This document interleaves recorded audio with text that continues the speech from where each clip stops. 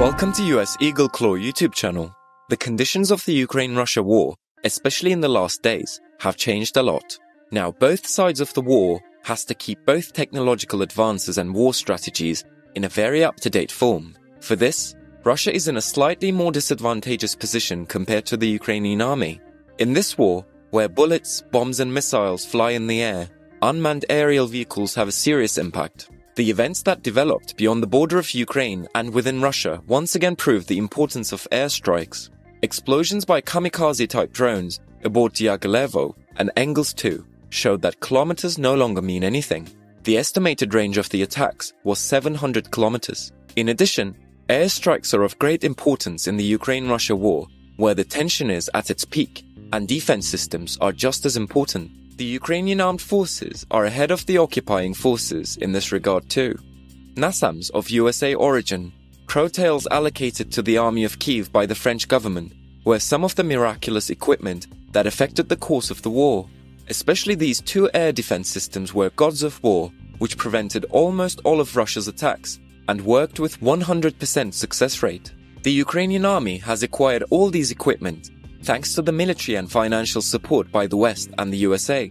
These countries would change the course of the war, dealt a great blow to the Russians thanks to the equipment they sent to the Kiev army. While aid to the Ukrainian army was growing like an avalanche, the US administration, which is the pioneer country in this regard, again supported in breaking new ground. At the request of the USA, Moroccan authorities decided to transport spare parts for T-72 tanks to Ukraine, becoming the first African country to provide military assistance to Kiev. According to a report by the Washington government, US diplomats managed to persuade the Rabat administration to send spare parts for the T-72 tanks to Kiev in great secrecy. The report stated that the Royal Moroccan Armed Forces had several dozen tanks of the T-72B BK type purchased from Belarus in 1999 and 2001. There has been quite a surge in aid movements to Ukraine this week, as Volodymyr Zelensky's army tries to counter the aggressive policies of the invading troops, thanks to support from the US and the West. After the Moroccan administration, the European Council announced good news to the Kiev army. The European Council has agreed on a legislative package that would allow the EU to financially assist Ukraine with 18 billion euros through 2023. The proposal was accepted by the European Council in a written procedure the other day, and this draft will be submitted to the European Parliament next week for possible adoption. About the EU's support for the Ukrainian army, Czech Republic Finance Minister Zbyněk Stanjura said, "Ukraine can trust the EU. We will continue to support Ukraine financially. The legislation we adopt today means that Ukraine can count on regular financial assistance from the EU throughout 2023. It is stated that the aforementioned aid package from the EU will provide a structural solution to support Ukraine financially in 2023. The amount of the loan to be made to Ukraine in 2023 will be 18 billion euros, and the loans will be non-refundable for 10 years. Member states will bear the bulk of their interest costs through externally assigned revenues. The guarantees of this borrowing will be provided either by the EU budget or by the member states. The purpose of this aid is to provide short-term financial assistance to support Ukraine on the path to European integration and to finance Ukraine's urgent needs, rehabilitation of critical infrastructure, and initial support for sustainable post-war reconstruction.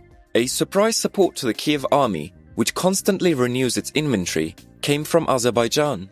Aliyev, who was once claimed to be one of Putin's closest allies, has now chosen a side and announced a striking support package to Ukraine. In a statement made by the Ministry of Foreign Affairs of Azerbaijan, it was reported that humanitarian aid was sent to Ukraine to restore sustainable electricity supply in the regions affected by the current situation. In this regard, Azerbaijan sent humanitarian aid to Ukraine consisting of 45 transformers and 50 generators.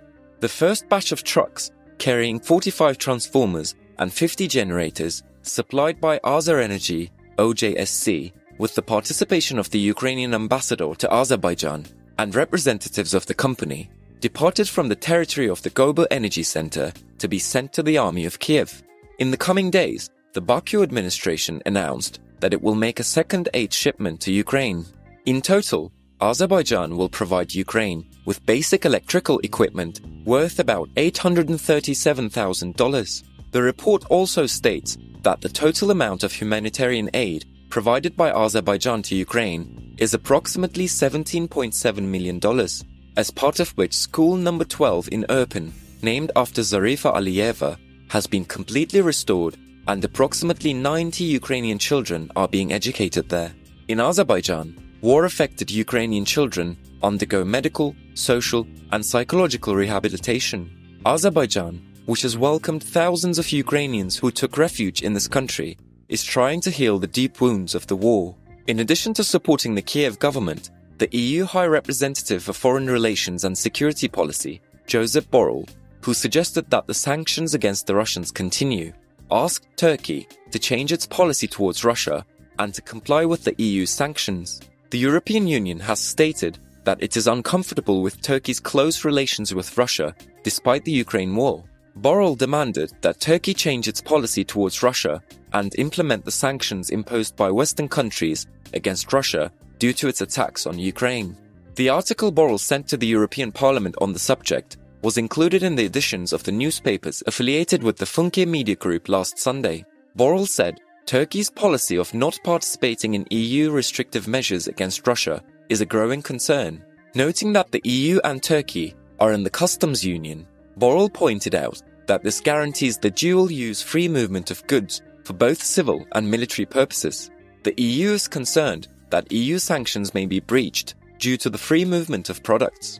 Warning that Turkey should not offer temporary solutions to Russia, Borrell underlined Turkey's candidacy for EU membership in this regard. The EU High Representative for Foreign Relations and Security Policy said, all candidate countries, including Turkey, are expected to comply with the agreed measures, stating that the deepening of bilateral economic relations between Turkey and Russia in the middle of the Ukraine war is also a source of concern. Borrell noted that the EU has conveyed its concerns and expectations to its Turkish counterparts many times and will express this at every level. President Recep Tayyip Erdogan and Russian President Vladimir Putin agreed in August for closer economic cooperation. However, Turkey denies allegations that it defends Russia's interests. Foreign Minister Mevlut Çavuşoğlu announced on 17th of November that during the extension of the Grain Corridor Agreement, contacts were carried out with Russian and Ukrainian counterparts, as well as with UN, US, and European counterparts. Underlining that Russia was also satisfied with the steps taken, the Turkish foreign minister said, but it must be said that the obstacles have not been completely removed. When we say this, some say, are you defending Russia? No, we are not defending Russia. First of all, it's a deal. Secondly, we say that Russia's demands must be met, as in the agreement, so that Ukrainian grain can go to countries in particular need without any problems. President Erdogan is expected to meet today with Russian President Putin and Ukrainian President Volodymyr Zelensky on the Grain Corridor Agreement. On November 17th, it was announced that an agreement was reached for the extension of the Grain Corridor Agreement between Russia and Ukraine. The deal expired on November 19th. Although Russia announced that it was returning to the agreement, President Putin announced that he reserved the right to withdraw from it. Thanks to the agreement signed between Russia and Ukraine in Istanbul in July, with the initiative of Turkey and the UN, 9.7 million tons of grain and foodstuffs were transported to world markets from Ukrainian ports until mid-November.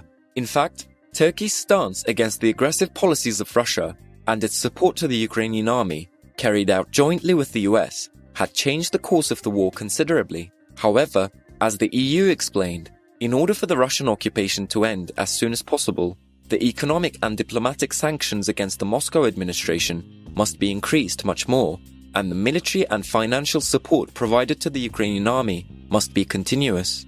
To be notified of new videos, please do not forget to subscribe to our channel and turn on notifications. Thank you for watching us.